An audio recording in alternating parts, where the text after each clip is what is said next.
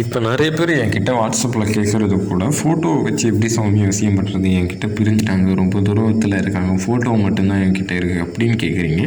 Photo வச்சு வசியம் பண்ணலாங்க. நீங்கள் யாரை விரும்புகிறீங்களோ, விட்டுட்டு பிரிஞ்சாங்களோ சரி, எத்தனை வருஷம் பிரிஞ்சிருந்தாலும் சரி, கணவன் மனைவியாக இருக்கலாம், காதலி காதலனாக இருக்கலாம், ஃபோட்டோவை வச்சு வசியம் பண்ணிடலாம். நான் அது கூட சில பொருட்கள் தருவேன், சரிங்களா? நான் நேரில் செய்வேனே, பில்லி சூனியம் எடுக்கிறதுக்கு நான் நேரில் பண்ணுவேன்.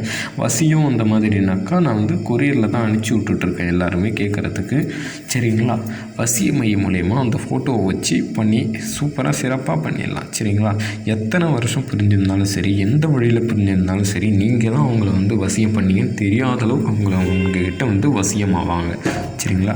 ஃபோட்டோ மட்டும் இருந்தால் போதும். இது அமாவாசை என்னைக்கு பண்ணுறது, சுடுகாட்டிலேருந்து நான் எடுக்கிற மையை 48 நாள் அந்த பூஜையில் நான் வச்சு செய்வேன். அதில் உங்களுக்கு ரொம்ப பவர்ஃபுல்லான இது 10 நிமிஷத்தில் வசியமாகிற அளவுக்கு கூட மை இருக்குது, சரிங்களா? இது 100% இல்லை, 200%.